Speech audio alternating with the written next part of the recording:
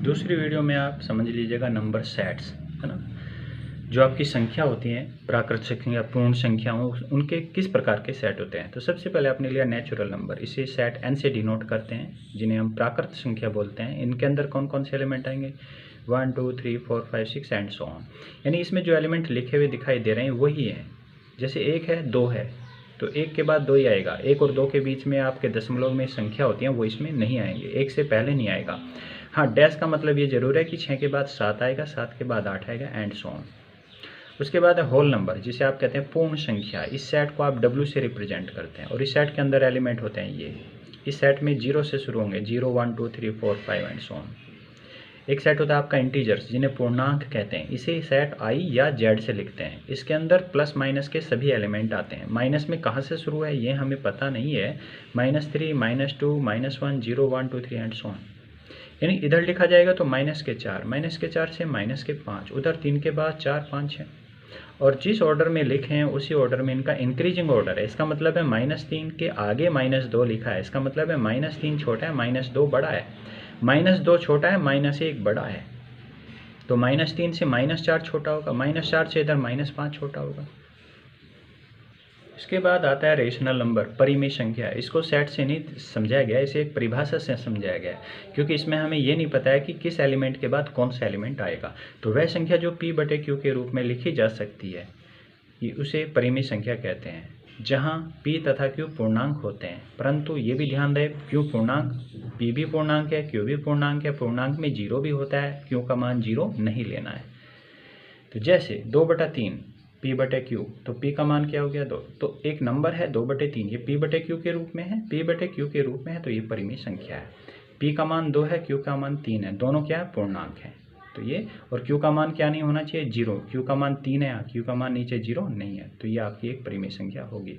-3/4 P/Q के रूप में, 0/2 P/Q के रूप में। Q का मान ही 0 नहीं ले सकते, P का मान 0 ले सकते हैं परिभाषा के अनुसार। तो P का मान 0 है, नीचे Q का मान 2 है, तो ये भी एक परिमेय संख्या। एक्चुअल में 0/2 का मान तो क्या हो जाएगा, फिर 0 हो जाएगा। इसका मतलब 0 को आपने क्या कहा, एक परिमेय संख्या।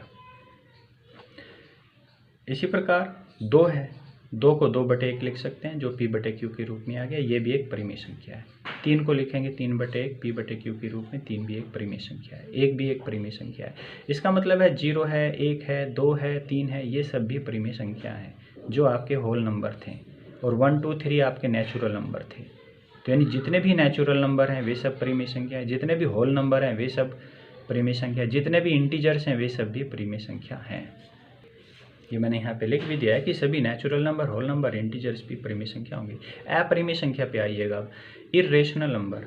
तो ये पहचान है कि आप किसी भी संख्या को पहचान करो कि वो परिमेय संख्या है या नहीं है। वह संख्या जो परिमेय संख्या नहीं होती है उसे अपरिमेय संख्या कहते हैं। उसके कुछ उदाहरण यहाँ दिए गए हैं। एक सेट लीजिएगा आप, रियल नंबर, वास्तविक संख्या। रियल नंबर सेट आपको अलग से समझने की ज़रूरत नहीं है। जो भी संख्या आपने अब तक की सारी पढ़ी हैं, जिसमें परिमेय संख्या है, अपरिमेय संख्या है, इन सबको आप वास्तविक संख्या कहते हैं। तो आप इसे इस तरीके से भी लिख सकते हैं, सेट R है, जिसके अंदर आपने लिखा है रेशनल नंबर, इर्रेशनल, ये परिमेय संख्या है और ये अपरिमेय। परिमेय संख्या है उसे भी आप रियल नंबर कहेंगे, इर्रेशनल नंबर है, अपरिमेय संख्या है, उसे भी आप रियल नंबर कहेंगे। अब आप समझ लीजिएगा समुच्चय की निर्माण विधि। निर्माण विधि 2 तरीके की विधि हैं, एक होगी रोस्टर यानी सारणीबद्ध रूप, और एक होगा आपका समुच्चय निर्माण रूप। पहला समझ लीजिएगा रोस्टर या सारणीबद्ध रूप, जिसे रोस्टर फॉर्म या टेबुलर फॉर्म कहेंगे। किसी भी सेट के एलिमेंट लिखे हुए हैं, एलिमेंट लिखे हुए दिखाई दे रहे हैं, सूचीबद्ध हो रहे हैं, तो वो आपका रोस्टर फॉर्म होगा। बी सेट है, 2 4 6 8 हमें एलिमेंट दिखाई दे रहे हैं। ए सेट है, 1 2 3 4 एलिमेंट दिखाई दे रहे हैं, तो ये आपकी टेबुलर फॉर्म है, यानी रोस्टर फॉर्म है।